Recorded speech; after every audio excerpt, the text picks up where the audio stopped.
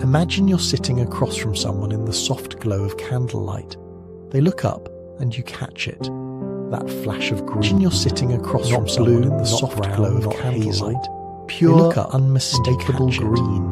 That flash light filtering through leaves blue, the soft glow of sea glass. Pure, unmistakable centuries of waves. That flash light filtering through leaves blue, the soft glow of sea glass. Pure, unmistakable centuries of waves. That flash light filtering through leaves blue, the soft glow of sea glass. Pure, using this for centuries of waves. That flash light filtering through leaves blue, the soft glow of describe if you want to go commented for centuries of waves. I love something about it. Describe if you want to go commented for centuries of waves. I love something about it. Describe if you want to go commented for centuries of waves. I love something about it. Describe if you want to go commented for centuries of waves. I love something. Rarer than hazel, way rarer than brown. Only 2% of the global population carries this trait. To put that in perspective, there are more people with naturally red hair, which is about 1 to 2% of the population depending on where you are, than there are people with true green eyes in many regions. But here's where it gets really strange. Despite all our advances in genetics, despite mapping the human genome, despite understanding DNA better than ever before, scientists still cannot fully explain why green eyes exist. They can't tell you definitively why they're so incredibly rare. They can't predict with certainty when or how this trait emerged in human history. It's 2024, and we can edit genes, clone animals, send robots to Mars.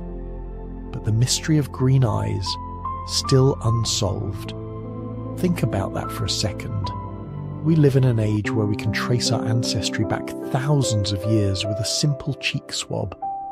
We can identify genetic markers for hundreds of diseases. We can tell you what percentage Neanderthal you are. But ask a geneticist exactly why your eyes are green, and they'll give you theories, educated guesses, probabilities, not certainties. The story gets even stranger.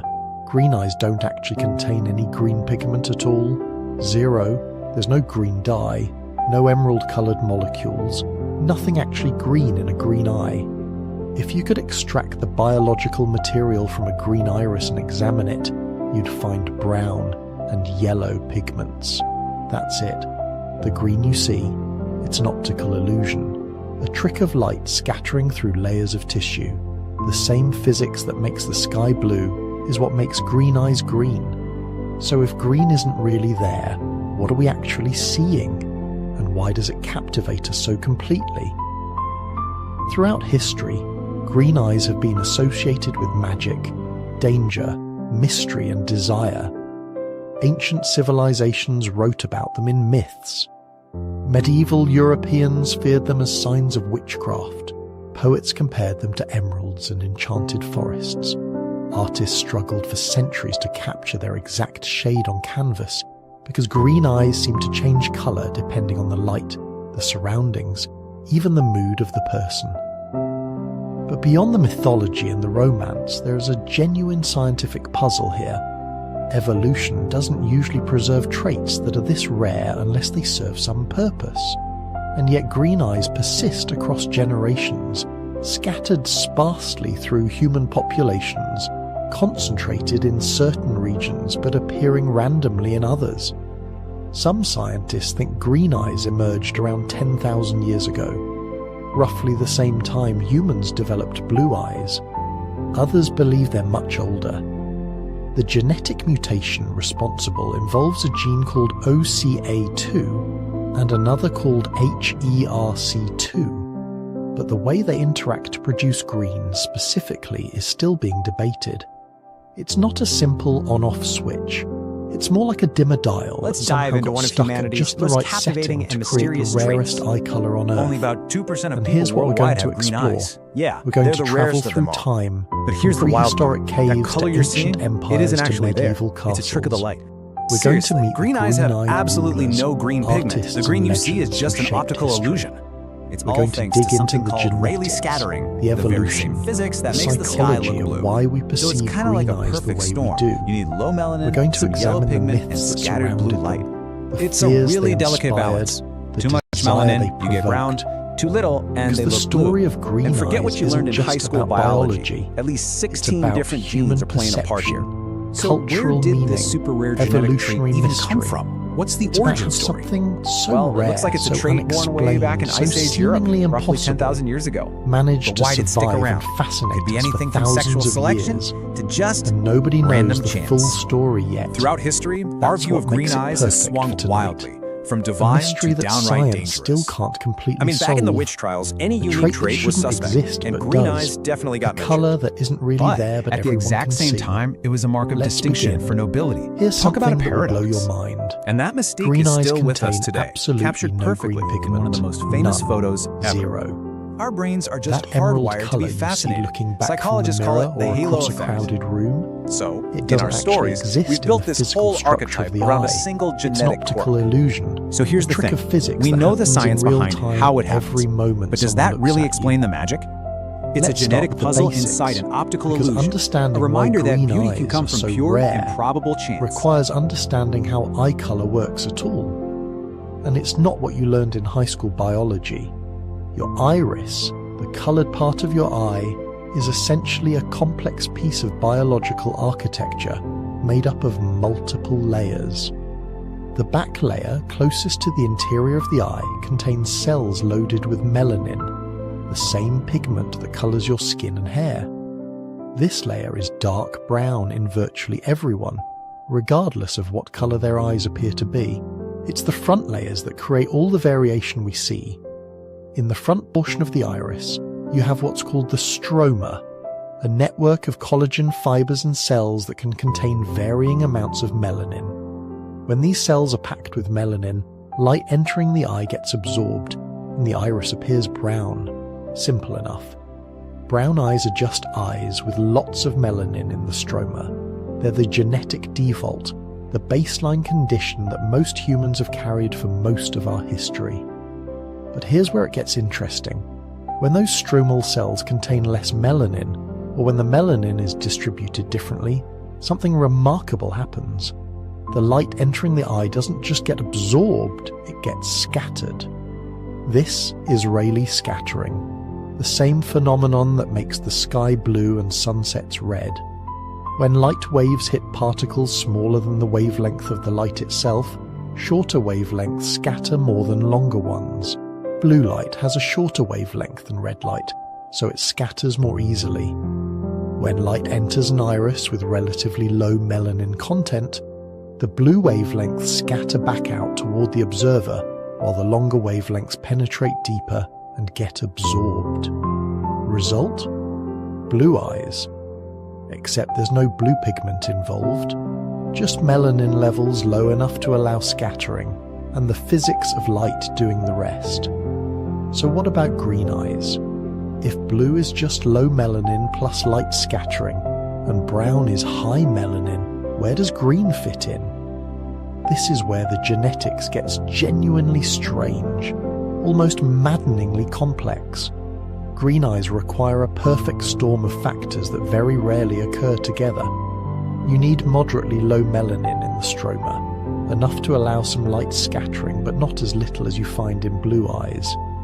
But you also need something else, a yellowish pigment called lipochrome distributed through the iris. When the blue scattered light combines with this yellow pigment, the result is green. Think of it like mixing paint, except you're mixing light frequencies and biological pigments in a living structure that's constantly being illuminated from different angles. The balance has to be incredibly precise. Too much melanin and you get brown, too little and you get blue. The yellow lipochrome has to be present in just the right concentration and distribution. Miss any of these factors by even a small margin and you don't get green. This is why green eyes are so vanishingly rare. They require multiple independent genetic factors to align perfectly, and those factors are themselves influenced by complex gene interactions that scientists are still working to understand. For decades, biology textbooks taught eye color as simple Mendelian inheritance. Brown was dominant, blue was recessive, and that was basically it. Two brown-eyed parents could have a blue-eyed child if they both carried the recessive gene. Simple, elegant, wrong. The real genetics of eye color involve at least 16 different genes, possibly more. These genes don't work independently. They interact with each other in cascading networks that influence melanin production, distribution, and even the structural properties of the iris itself. Change one gene and you might shift the whole system toward a different outcome.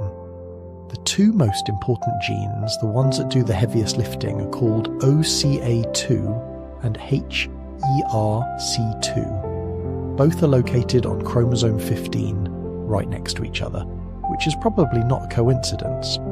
OCA2 controls the production of the protein that generates melanin in the iris. If this gene is fully functional, you produce lots of melanin and you get brown eyes. But HERC2, which sits right beside it on the chromosome, acts as a kind of regulatory switch. A specific variation in HERC2 can dial down the activity of OCA2, reducing melanin production without shutting it off completely. When both copies of your HERC2 gene carry this particular variant, melanin production drops low enough that you get blue eyes. When you have one copy of the variant but not both, or when you have other genetic factors influencing melanin levels, you might land in that narrow middle zone where green eyes become possible. But here's what's genuinely mysterious. What keeps geneticists up at night? We can identify the major genes involved. We can see how they interact. But we still can't predict with certainty what color eyes a child will have based on their parents' eye colors or even based on their full genetic sequence. Two brown-eyed parents can have a green-eyed child. Two blue-eyed parents can occasionally have a brown-eyed child. Siblings with identical genes at the major eye color can have noticeably different eye colors. Something else is happening, some additional layer of complexity we haven't fully mapped yet. Part of it is that those other 14+ genes all contribute something. Small effects that usually don't matter much but sometimes combine in unexpected ways.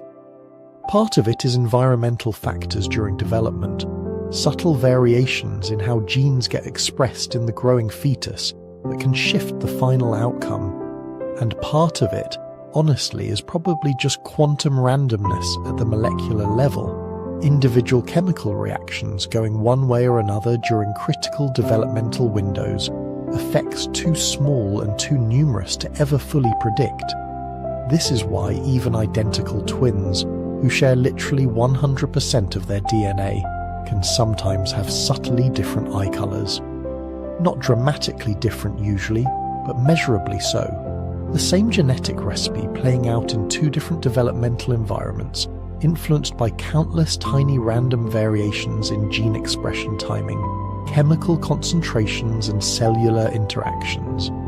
By the way, I'm curious, if you're watching this right now, would you mind commenting where you're watching from and what time it is for you? I'm genuinely interested in how many people with green eyes might be listening to this in different parts of the world, maybe drifting off to sleep in Dublin while someone else is just starting their day in Delhi. Eye colour distribution varies so much by region that you're probably spread across every continent. The rarity of green eyes becomes even more apparent when you look at the specific genetic combinations required. You need the right variants in OCA2 and HERC2, obviously. But you also need variants in genes like SLC2, 4A4, which influences melanin distribution patterns in the iris. You need the right version of TYR, which affects the type of melanin produced. You need specific variants in genes like IRF4 and TYRP1 that fine-tune pigmentation levels throughout the body. Each of these genes comes in multiple versions, and each version has different effects depending on what other versions you inherited at other locations. The number of possible combinations runs into the billions, but but only a tiny fraction of those combinations produce green eyes. And remember, all of these genes are inherited independently. You get one copy from each parent, chosen essentially at random from their two copies.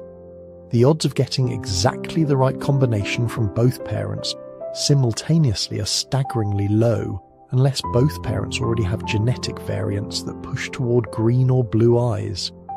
This is why green eyes cluster in certain populations, particularly in Northern and Central Europe, where those genetic variants are most common. But even there, among populations where green eye variants are relatively frequent, the actual occurrence of green eyes remains low because you need so many factors to align. What's even stranger is that the amount of melanin required for green eyes sits right at a kind of genetic knife edge. Increase melanin production by just 10 or 15%, and the eyes shift to hazel or light brown. Decrease it by a similar amount and they shift to blue.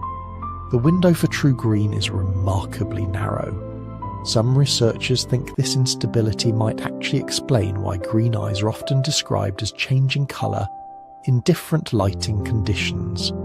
They're not actually changing, of course. Your genes don't rewrite themselves when you walk from sunlight into shadow. But because green eyes sit right at that boundary between scattering-dominated blue and pigment-dominated brown, small changes in lighting can shift the balance of what the observer perceives. In bright sunlight, the scattering might dominate, making green eyes look more blue-green or even blue. In dimmer light or against certain colours of clothing, the yellowish lipochrome might become more apparent, shifting the perception toward yellow-green or hazel. The eyes themselves haven't changed, but the optical conditions have, just enough to tip the perceived colour one way or another. This is also why green eyes can look dramatically different in photographs depending on the camera flash, the ambient lighting, and even the colour of the background. You're seeing the same physical structure under different illumination conditions, which changes the balance of scattering and absorption, which changes the mix of light wavelengths that reach the camera or your eye. The genetics gets even more complex when you consider that eye colour isn't fixed at birth. Babies often start with blue or grey eyes because melanin production hasn't fully ramped up yet. Over the first year or two of life, melanin gradually accumulates in the iris, and the final adult eye colour emerges. For most children, this means a shift from blue-grey to brown, but for potential green-eyed children, there's this precarious developmental window where melanin levels have to stop increasing at exactly the right point. Too early, and they stay blue. Too late, and they go brown. Only if the genetic regulatory systems hit the brakes at precisely the right moment do you end up with green. This developmental timing is itself under genetic control, but it's influenced by dozens of genes and probably by environmental factors during infancy that we don't fully understand yet. It's yet another layer of complexity piled onto an already bewilderingly complex system. Scientists have made enormous progress mapping the genetics of eye colour over the past 2 decades. We've gone from thinking it was controlled by a single gene to identifying at least 16 major contributors and understanding some of the complex interactions between them. But the complete picture remains elusive. There are still cases where genetic testing can't explain the eye colour that appears. There are still surprises where children's eye colours don't match what the genetic data predicts. There are still mysteries in why certain gene combinations produce the effects they do. Green eyes sit right at the heart of these mysteries. They're rare enough that they haven't been studied as extensively as brown or blue. They require such specific genetic combinations that every green-eyed person represents a kind of natural experiment in the limits of our understanding. When scientists finally complete the picture, when they can predict eye colour with perfect accuracy from genetic data alone, green eyes will probably be the last colour they crack, not because they're more complex than brown or blue necessarily, but because they occupy that narrow middle ground where every genetic factor matters and small variations produce large effects. Until then, green eyes remain what they've always been, a genetic puzzle wrapped in an optical illusion, a trait so rare and so delicate that its very existence seems almost improbable.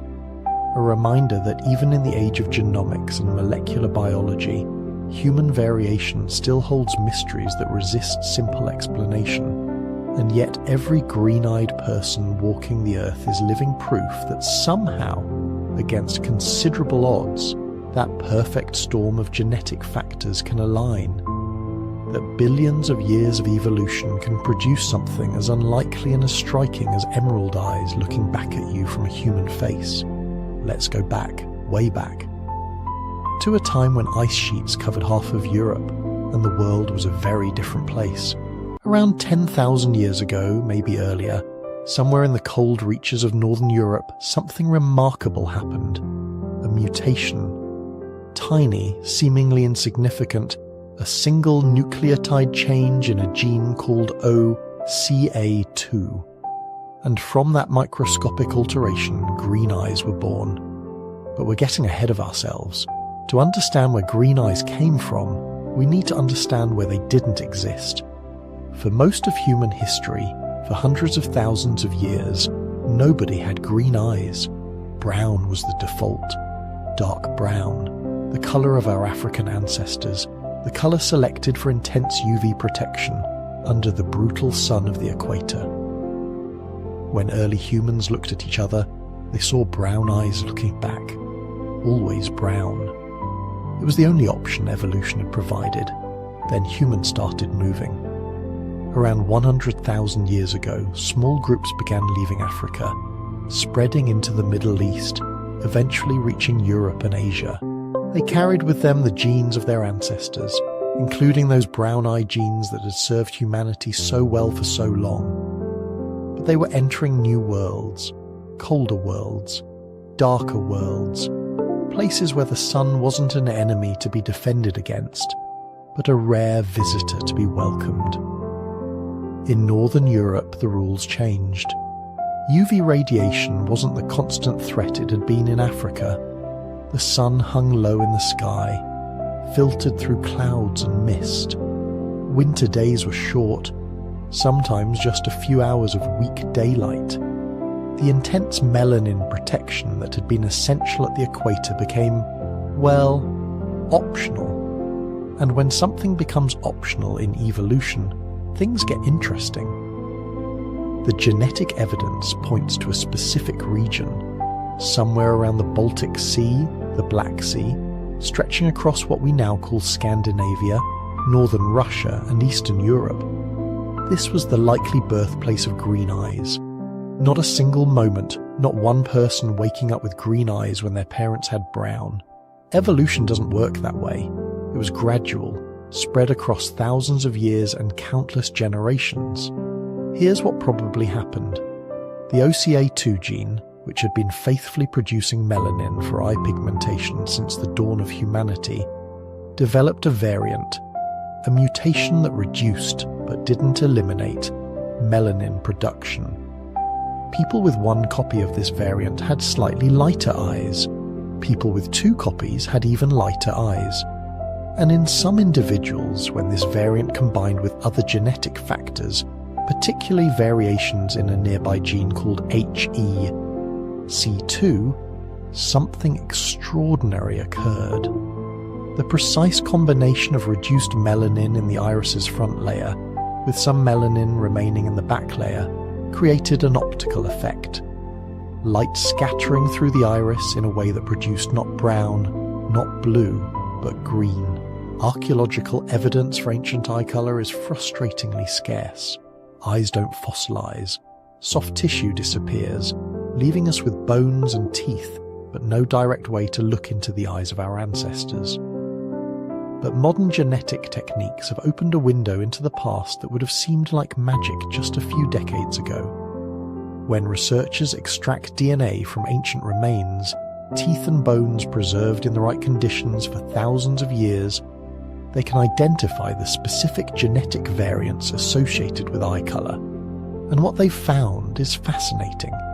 Ancient remains from northern and central Europe, dating back 7,000 to 14,000 years, show an explosion of eye colour diversity that didn't exist before. The genes for blue eyes start showing up frequently. The genes for green eyes appear, though less commonly. Brown eyes remain, but they're no longer the only option. One of the most remarkable discoveries came from a 7,000-year-old skeleton found in Spain. Genetic analysis revealed this individual had the genetic markers for dark skin but light eyes, probably blue or green. This tells us something important. The mutations for eye colour evolved separately from skin colour adaptations. They weren't part of some master plan for creating Northern European features.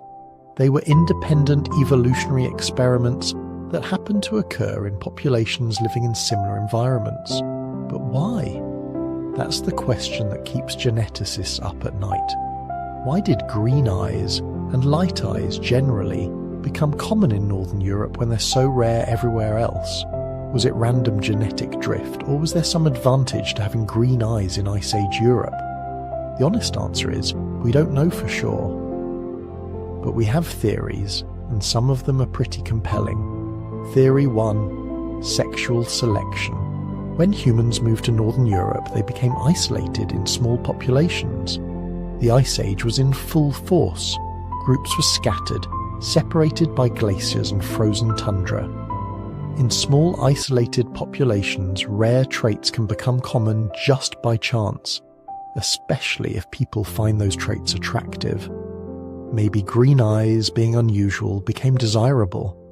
Individuals with green eyes might have had more reproductive success simply because they stood out. Over thousands of years, what started as a rare mutation became relatively common because people with green eyes were more likely to find mates and have children. This is called the founder effect, and it's incredibly powerful in small populations. Think of it like this. You take a bag of marbles, mostly brown with just a few green ones. Now you reach in and grab just 10 marbles randomly. Maybe you happen to get 3 green ones just by chance. Now those 10 marbles are your starting population. Suddenly 30% of your population is green instead of the original 5%. Over generations, that proportion could stay high or even increase, even though there was no survival advantage to being green. Theory 2. Vitamin D synthesis. In northern latitudes with limited sunlight, vitamin D deficiency becomes a serious problem. Vitamin D is crucial for bone health, immune function, and dozens of other biological processes. Your body produces it when sunlight hits your skin, but darker skin, which has more melanin, blocks some of that UV radiation. That's great in Africa where there's too much sun, but problematic in Scandinavia where there's too little. Lighter skin evolved in northern populations specifically to allow more vitamin D production. But here's the interesting part. Some researchers think the same genetic changes that lightened skin might have had spillover effects on eye colour. The genes involved in pigmentation are complex and interconnected. Mutations that reduced melanin in skin might have also reduced it in eyes, not because light eyes were advantageous, but because they were a side effect of advantageous light skin. Theory 3, and this one's more speculative, visual performance in low light. Some scientists have suggested that lighter eyes might provide better vision in the dim, cloudy conditions of Northern Europe. The reasoning goes like this. Less pigmentation means more light can enter the eye, potentially improving vision when light is scarce. But most vision scientists are skeptical of this idea. The amount of light entering the eye is controlled by pupil size, not iris colour. And lighter eyes actually cause more light scattering, which can reduce visual acuity.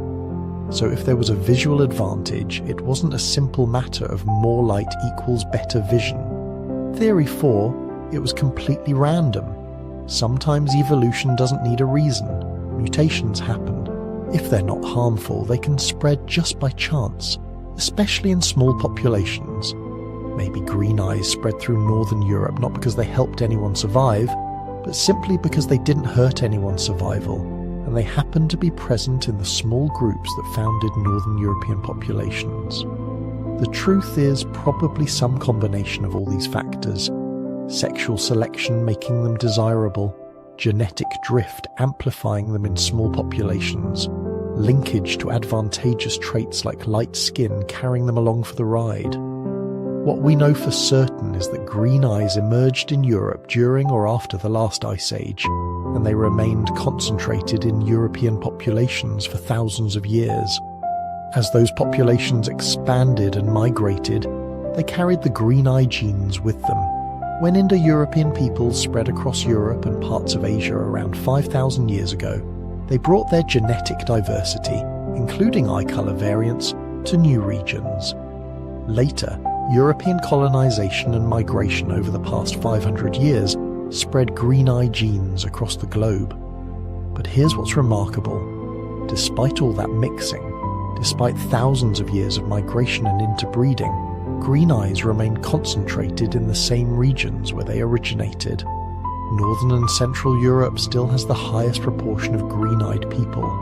Ireland, Scotland, Iceland, and parts of Scandinavia have the most. The genes spread, but they never dominated anywhere else. Why? Because green eyes require a very specific genetic combination. You need variants in multiple genes, all working together to produce that precise level of reduced melanin that creates green rather than blue or brown. It's like winning a small genetic lottery. The odds are low unless both your parents carry the right variants, which means green eyes stay rare unless they're already common in your population. And there's another factor. Those small Ice Age populations where green eyes first became common, they experienced something geneticists call a bottleneck. The population crashed to very low numbers, maybe just a few thousand people surviving in isolated refuges, while glaciers covered everything else. When populations crash like that, rare variants can become common just by chance. If a few of those survivors happened to have green eyes, then when the population expanded again after the ice retreated, green eyes would be much more common in the descendants than they had been before. It's the same principle that drove human evolution during the Great Bottleneck 900,000 years ago. Small populations, intense selection pressure, or random genetic drift, and traits that were rare becoming common in the survivors. The Ice Age bottlenecks in Northern Europe were nowhere near as severe as that ancient crisis, but they were enough to reshape the genetic landscape of European populations. When the ice finally retreated around 11,000 years ago, the descendants of those survivors spread across Europe, carrying their green eyes with them. And for the first time in human history, when people looked at each other, they might see green looking back. Imagine you're standing in ancient Egypt, 3,000 years ago. The sun beats down on limestone walls covered in hieroglyphs, and you're staring at an image that will persist through millennia, the Eye of Horus. And here's what most people don't realize. That eye, that symbol painted on tomb walls and amulets and temple facades across the Nile Valley, it wasn't just any eye. In many depictions, it was colored green. The Egyptians didn't choose green randomly. They never did anything randomly. Green was waj in their language, the same word they used for fresh papyrus, for growing things, for life itself. It was the colour of the annual Nile flood that brought fertility to the desert, the colour of resurrection and rebirth, and most importantly, it was the colour associated with Osiris, the god who died and came back to life, who ruled over death and renewal. When Egyptian priests ground malachite into powder to create green eye paint, they weren't just decorating themselves. They were invoking divine protection, connecting themselves to forces of regeneration and immortality. Green eyes, whether natural or painted, were portals to the eternal, windows into realms where death could be conquered and life could be renewed. But here's the fascinating part. Natural green eyes were almost certainly incredibly rare in ancient Egypt. The population was predominantly North African and Middle Eastern in genetic origin, carrying brown-eyed genetics that had dominated the region for hundreds of thousands of years. So when someone with actual green eyes appeared, imagine the impact. They would have looked like walking embodiments of Osiris himself, like people touched by divine power. We don't have explicit Egyptian texts describing green-eyed individuals, but we have something more telling. The obsessive use of green eye paint by both men and women, the elaborate cosmetic rituals that surrounded it. This wasn't just fashion. This was transformation, an attempt to capture something rare and powerful and make it your own. Move west and north to ancient Greece, and you find a different story, but one equally concerned with what eyes reveal about souls. The Greeks were obsessed with physiognomy, the idea that physical characteristics revealed inner character, and they paid particular attention to eyes. In Greek texts, eye colour becomes a marker of temperament, ancestry and fate. Homer describes Athena, goddess of wisdom, as having glaucopis eyes. The word is usually translated as grey-eyed or owl-eyed, but some scholars think it might have referred to a greenish or sea-coloured gaze. Regardless, it was unusual enough to be noteworthy, special enough to mark divine heritage. The Greeks divided the world into categories, and people with unusual eye colours fell into liminal spaces, not quite one thing or another. Green eyes would have been rare enough in the Mediterranean world to provoke comment, common enough in northern populations to be associated with foreigners, with barbarians from beyond the civilized world. The Romans inherited this Greek fascination but added their own interpretations. Pliny the Elder, writing in the 1st century AD, devoted sections of his natural history to human variation. He noted differences in eye colour between populations, treating it as evidence of the world's diversity. But he also repeated folk beliefs about eyes and magic, about the power of certain gazes to curse or protect. In the Roman world, the concept of the evil eye, the fascinus, was taken deadly seriously. People wore amulets, painted symbols on their walls, performed rituals to protect themselves from malicious gazes. And unusual eyes, eyes that stood out, eyes that were rare, those were the most dangerous and the most powerful. Someone with green eyes in ancient Rome might have been viewed with a mixture of fascination and wariness. Beautiful, yes. Striking, certainly.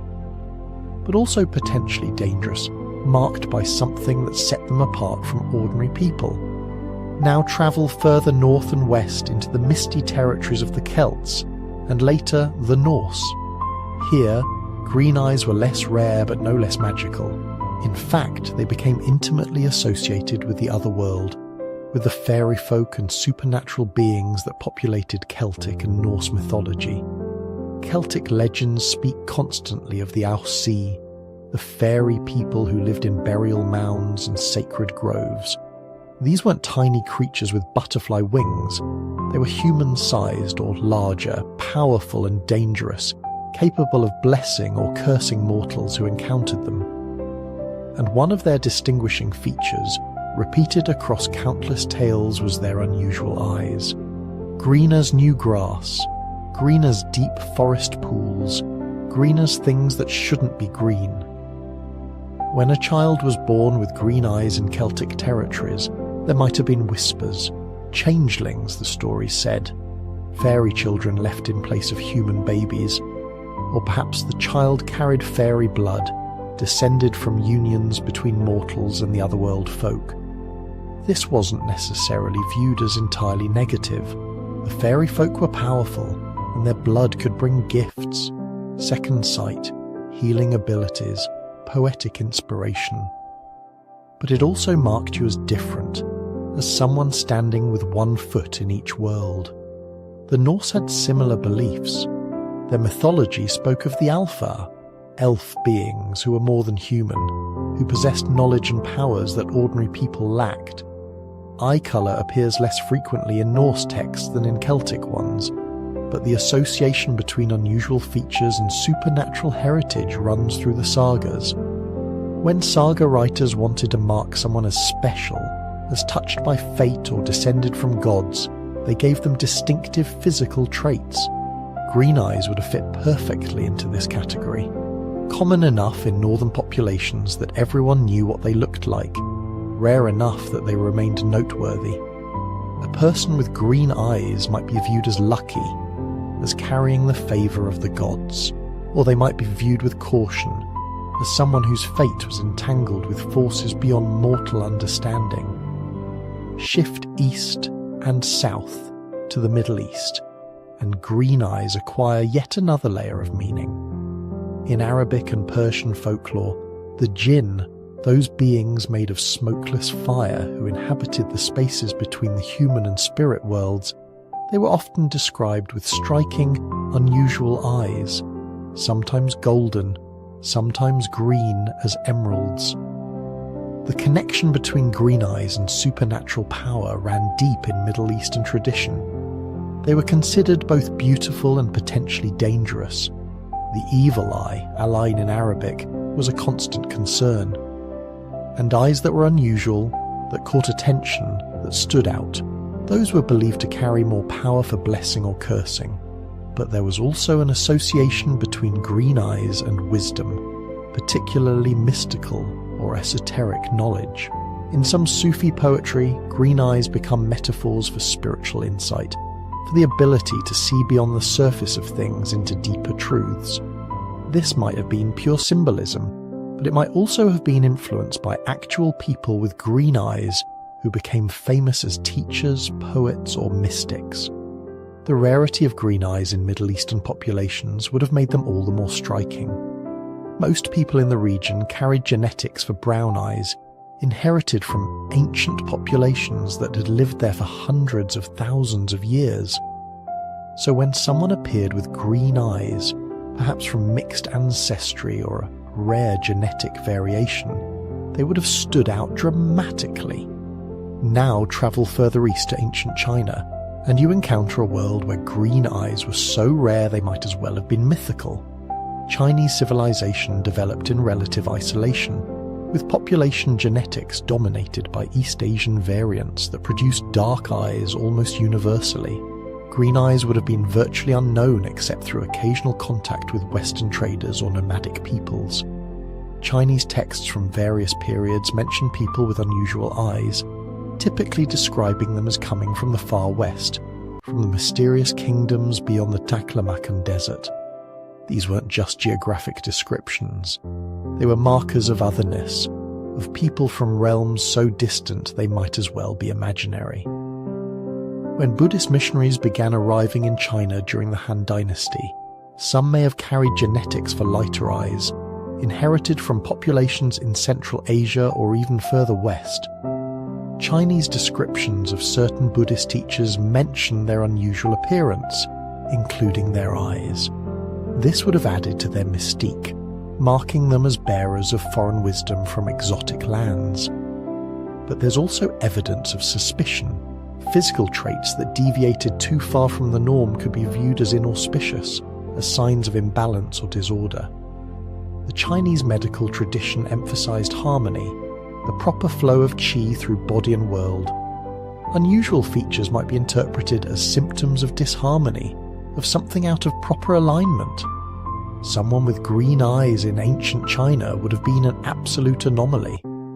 They might have been viewed as exotic and fascinating, as representatives of distant civilizations, or they might have been viewed with wariness as people whose very appearance suggested they didn't belong, that they carried influences from beyond the boundaries of the civilized world. And here's what ties all these diverse mythologies together: the universal human tendency to assign meaning to rarity. Every culture that encountered green eyes, whether frequently or almost never, created stories to explain them, made them significant, connected them to power, magic, divinity, danger, or wisdom. This wasn't superstition in the dismissive sense. This was humans doing what we've always done, trying to make sense of variation, to find patterns, to understand why some people look different and what that might mean. When you live in a world without genetics textbooks, without understanding of recessive traits and population distributions, you create other explanations, gods and spirits, fairy blood and divine favor. curses and blessings passed down through generations. The myths weren't random.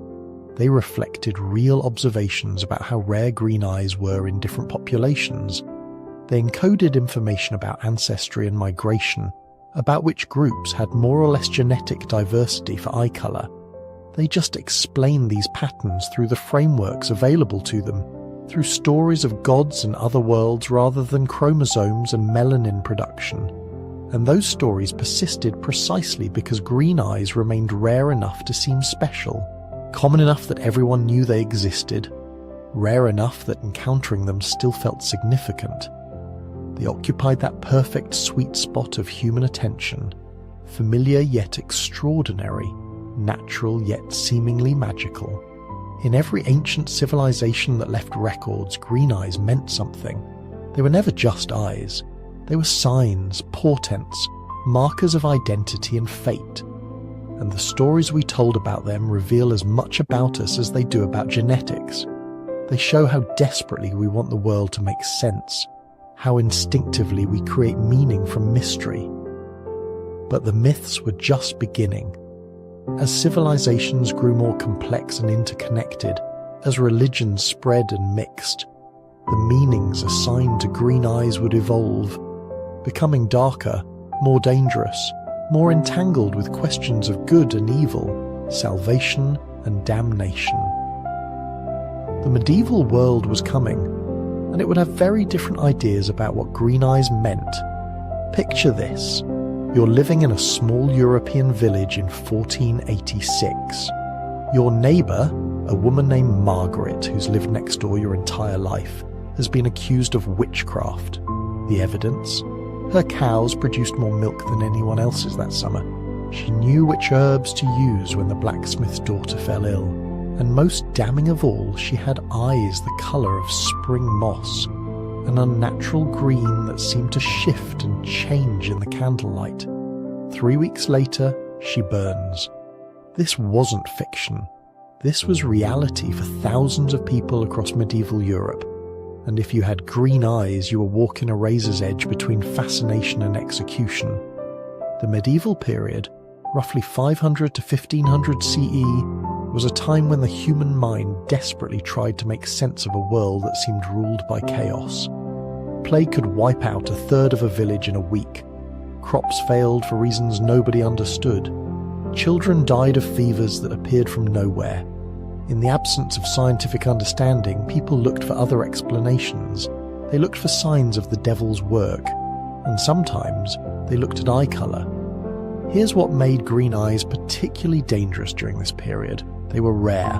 Population genetics from medieval European skeletal remains suggests only about 1 to 2% of the population had truly green eyes. But unlike other rare traits, eye colour was immediately visible. You couldn't hide it. And in a world where difference equaled danger, where deviation from the norm suggested corruption or demonic influence, visible difference could get you killed. The witch trial manuals make this horrifyingly explicit. The Malleus Maleficarum, the Hammer of Witches, published in 1487, was basically a how-to guide for identifying and prosecuting suspected witches. While it doesn't explicitly list green eyes as proof of witchcraft, it obsessively catalogues physical peculiarities that might indicate diabolic corruption. Unusual birthmarks, strange eye movements, any physical characteristic that deviated from what was considered normal. Court records from witch trials across Germany, France, England and Scotland repeatedly mention eye colour as part of the evidence presented against the accused.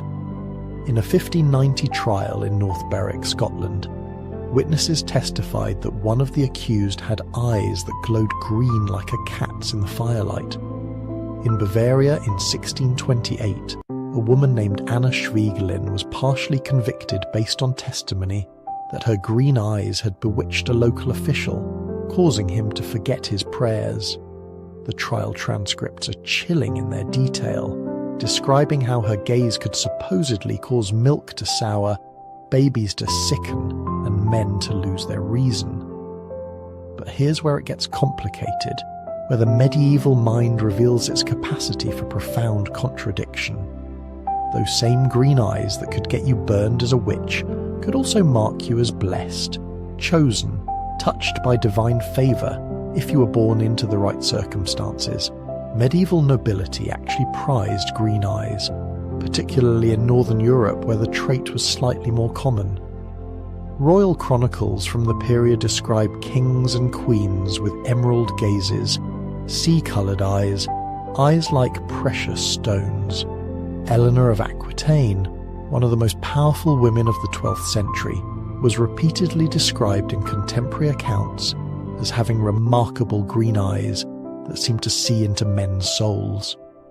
But Eleanor was a queen. The village herbalist with the same eye colour was a witch. The difference wasn't the eyes, it was the power. Medieval illuminated manuscripts reveal this paradox beautifully. In religious art, saints and blessed figures are sometimes depicted with green eyes, particularly when the artist wanted to emphasize their connection to the natural world or their role as healers. St. Hildegard of Bingen, the 12th century mystic and healer, is shown in several contemporary illustrations with green eyes that seem to glow with divine wisdom.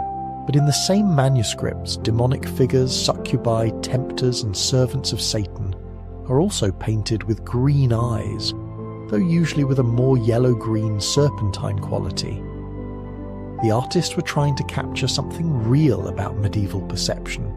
Green eyes were liminal, existing between categories, not quite brown, not quite blue, shifting with the light and the viewer's angle. In a world obsessed with clear categories, with bright lines between good and evil, saved and damned, holy and corrupt, green eyes represented dangerous ambiguity. Medieval medicine, such as it was, couldn't explain this ambiguity. It could only try to fit it into existing frameworks. And the dominant framework was humoral theory, inherited from the ancient Greeks and systematized by physicians like Galen. According to humoral theory, all human characteristics resulted from the balance of 4 bodily fluids: blood, phlegm, yellow bile, and black bile. Eye colour was thought to be determined by which humours were dominant in a person's constitution. Blue eyes, the medical texts explained, resulted from cold, moist, phlegmatic humours. Brown eyes came from hot, dry, choleric humours, but green was problematic. Some medieval physicians argued it indicated a perfect balance of humours, a temperate constitution that was neither too hot nor too cold, too moist nor too dry. This would explain why green-eyed individuals seemed to have unusual abilities or perceptions. They were perfectly balanced, ideally suited to see the world clearly. Other physicians took a darker view. They suggested green eyes indicated corruption of the humours, a mixing of bile with phlegm that produced not balance but contamination. This theory conveniently supported the association of green eyes with witchcraft and demonic influence. If your humours were corrupted, perhaps your soul was too.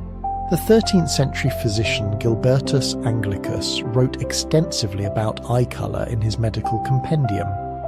He noted that patients with green eyes seemed more susceptible to certain ailments, particularly those involving visions or altered states of consciousness.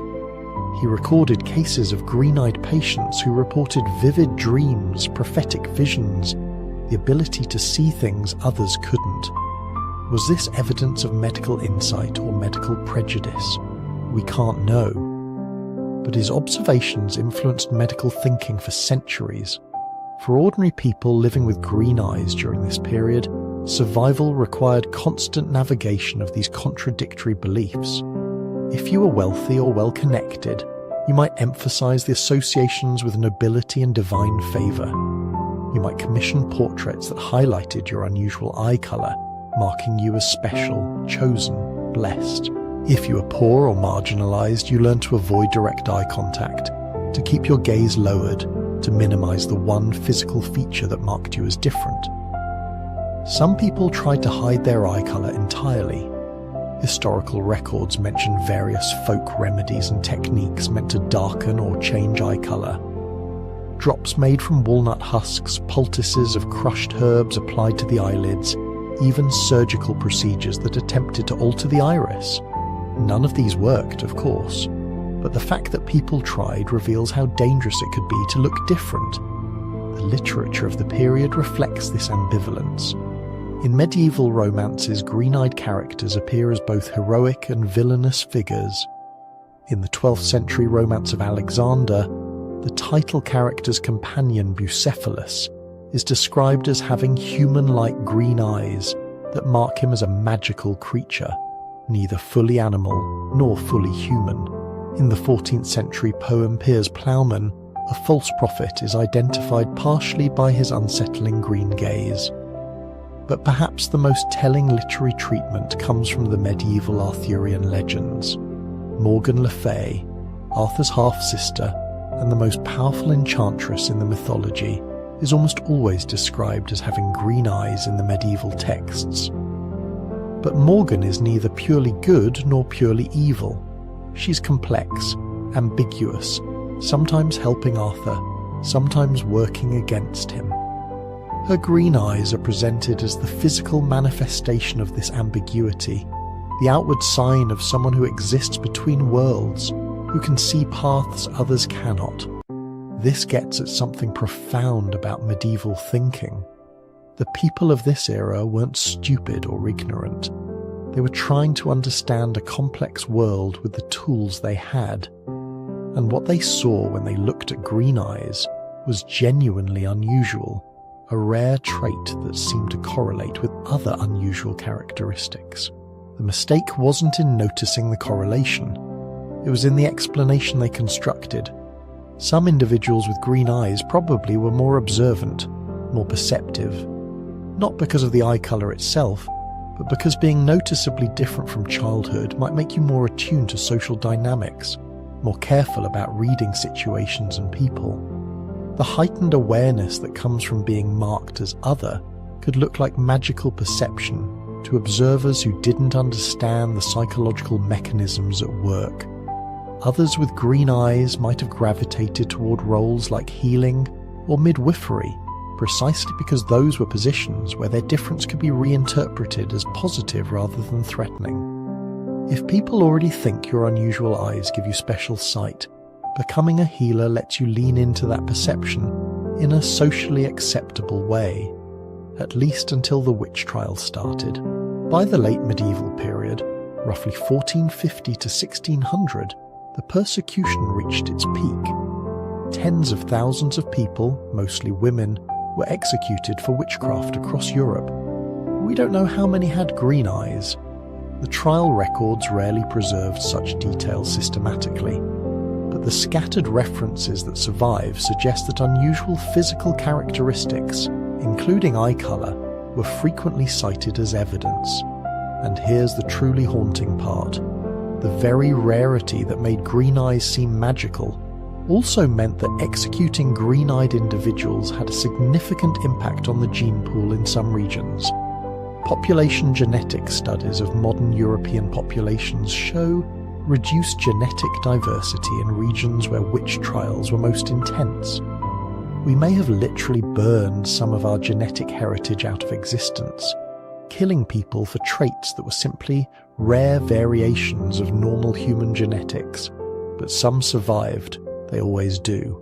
And they carried the genes forward into a world that would eventually understand eye colour not as a mark of divine favour or demonic corruption, but as a simple quirk of genetics, beautiful precisely because it's rare, meaningful because we decide it is, not because the universe has written destiny into the colour of our irises. The medieval period taught humanity a brutal lesson about the dangers of fearing difference. But it also preserved something important. The stories, the art, the literary traditions that recognized in green eyes something worth noticing, worth wondering about. That sense of wonder would survive even after the fear finally died. They weren't just random people who happened to have unusual eyes. The green-eyed figures who rose to prominence throughout history seemed to understand something fundamental.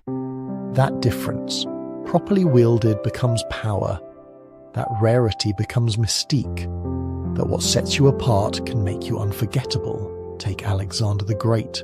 The historical accounts are inconsistent, which tells you something right there. Some ancient sources describe him with 2 different coloured eyes, heterochromia, one dark, one green or pale blue. Others say both eyes are unusual, perhaps greenish-grey. The details matter less than what people remembered. They remembered his gaze. In a world where brown eyes dominated, where anything else marked you as different, Alexander's unusual eyes became part of his legend. His soldiers believed he'd been touched by the gods. His enemies found his stare unsettling. The Persian nobility, accustomed to their own dark-eyed kings, saw something otherworldly in the young Macedonian who conquered their empire before he turned 30. But here's what's fascinating. Alexander understood the power of his appearance. Ancient historians report that he cultivated a specific pose, head tilted slightly upward, eyes catching the light. He knew how to make people remember him.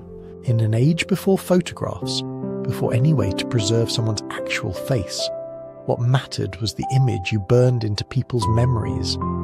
And unusual eyes, green or party-coloured or simply pale in a sea of darkness, those eyes became unforgettable.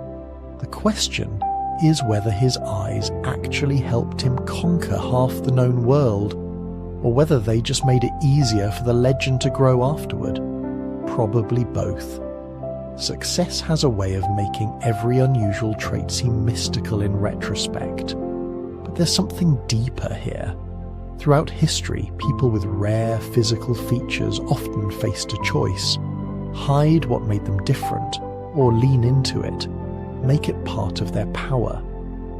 Alexander chose the second path. Then there's Cleopatra, the last pharaoh of Egypt, the woman who seduced both Julius Caesar and Mark Antony, whose intelligence and charisma nearly changed the course of Western civilization. What colour were her eyes? Nobody actually knows. Egyptian art wasn't realistic portraiture. It followed strict conventions that had nothing to do with accurately representing someone's appearance. The few contemporary Roman descriptions focus on her voice, her wit, her presence.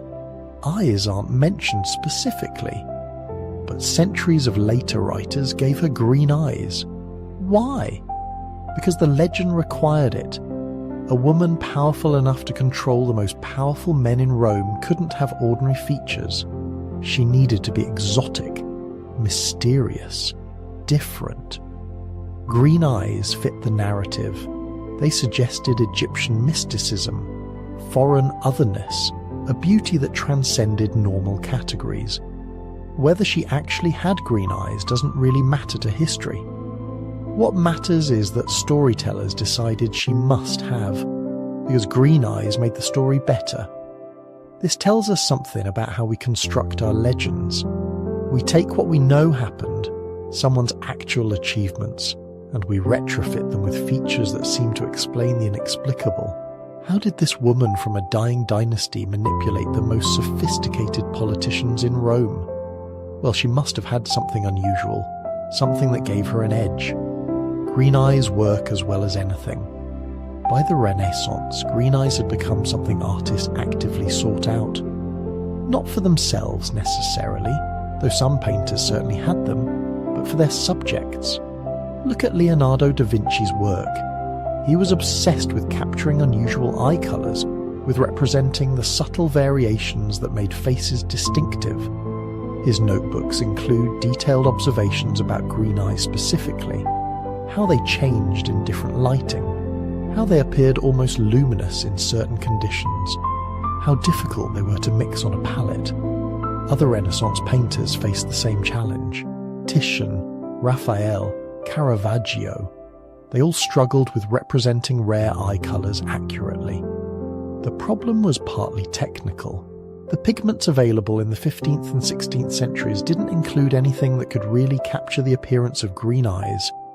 You couldn't just mix blue and yellow and get that distinctive greenish gold. You needed glazes, layers of translucent colour built up over time. Many painters simply gave up and painted everyone with brown eyes, regardless of reality. But some persisted. They experimented with different techniques, trying to capture the way green eyes seem to shift colour depending on the light. This wasn't just artistic obsession, it was economics. Portraits with unusual, striking eye colours commanded higher prices. Patrons would pay extra to have their rare features accurately represented. And if you didn't actually have green eyes but wanted to be remembered as someone who did, well, painters could be persuaded to take certain liberties. This created a feedback loop. Wealthy patrons wanted to be painted with striking features. Artists who could deliver those features got more commissions. And anyone looking at these portraits centuries later would see a world full of green-eyed nobility, whether or not that reflected reality. The Renaissance literally painted green eyes into prominence. Then came Napoleon. The accounts are more reliable here because we're dealing with modern history. Photographs were just around the corner, and dozens of people left written descriptions. Most agree his eyes were unusual. Not pure green, but a kind of greenish grey that appeared to change depending on his mood and the lighting. Some observers found them piercing. Others described them as cold. Several noted that he had a way of fixing his gaze on people that made them uncomfortable, like he was looking through them rather than at them. Napoleon was short, we know that. 5'6" in a world where military commanders were expected to be physically imposing. He compensated by cultivating other forms of presence. The hand-in-coat pose, the distinctive bicorn hat worn sideways, and yes, the stare. Contemporaries report that he practiced his expressions in mirrors. He knew how to use his face as a weapon, and those unusual eyes were part of his arsenal. During military campaigns, he would ride to the front lines and simply look at his soldiers. Officers reported that his gaze alone could inspire men to charge into situations where death was virtually certain. Whether this was the actual power of green-grey eyes or the psychological effect of being stared at by the most famous man in Europe is impossible to separate. But Napoleon clearly believed his appearance mattered. He controlled his image as carefully as he controlled his armies. Literature tells a different story, or maybe the same story from a different angle. When writers started giving characters green eyes, they were signalling something specific, not always the same thing, but something. In Gothic novels, green eyes often mark the supernatural, vampires, witches, characters who existed between the human and inhuman worlds. The green gaze suggested danger, otherness, powers beyond ordinary human capacity. But sometimes green eyes meant something else entirely. Innocence marked by difference. Heroines with green eyes were special, set apart, worthy of the reader's particular attention. The rare eye colour became a kind of literary shorthand. This character matters. This character is unique. Pay attention. Jane Austen played with this. Several of her heroines have unusual eye colours, and while she doesn't always specify green, the description suggested. Hazel, grey-green, eyes that change depending on what the character's wearing. This was signalling to contemporary readers that these weren't ordinary women. They had the wit, the intelligence, the independence that the rare eye colour represented. Charlotte Bronte went further. Jane Eyre's green eyes become central to the story. Rochester is fascinated by them, keeps commenting on them, finds them unsettling and attractive in equal measure. They represent Jane's refusal to be ordinary, her insistence on being seen as fully human despite her low social status. The green eyes become a symbol of her inherent worth, something she was born with that no amount of poverty or mistreatment can take away. By the Victorian era, green eyes had accumulated so many associations that writers could deploy them in multiple ways. They could signal villainy, mysterious foreign origins, supernatural power, or transcendent beauty depending on context. The rarity had become mythologized. Green-eyed characters weren't just rare, they were significant in ways that brown-eyed characters simply weren't. This created a strange historical echo. Real people with green eyes found themselves living up to literary expectations. If you had green eyes in the 18th or 19th century, people treated you differently. Not necessarily better or worse, but differently. They expected you to be more interesting, more mysterious, more memorable. And those expectations, subtle as they were, probably shaped how green-eyed people presented themselves. The same thing happened with historical documentation. When recorders described notable figures, they were more likely to mention unusual eye colours. Brown eyes went unremarked because they were common, but green eyes got recorded, commented on, worked into the official narrative. This means our historical record is biased toward remembering the eye colour of green-eyed individuals while forgetting everyone else's. He controlled his image. So when we look back through history and see all these famous green-eyed figures, literature tells we need to ask ourselves, or maybe the same story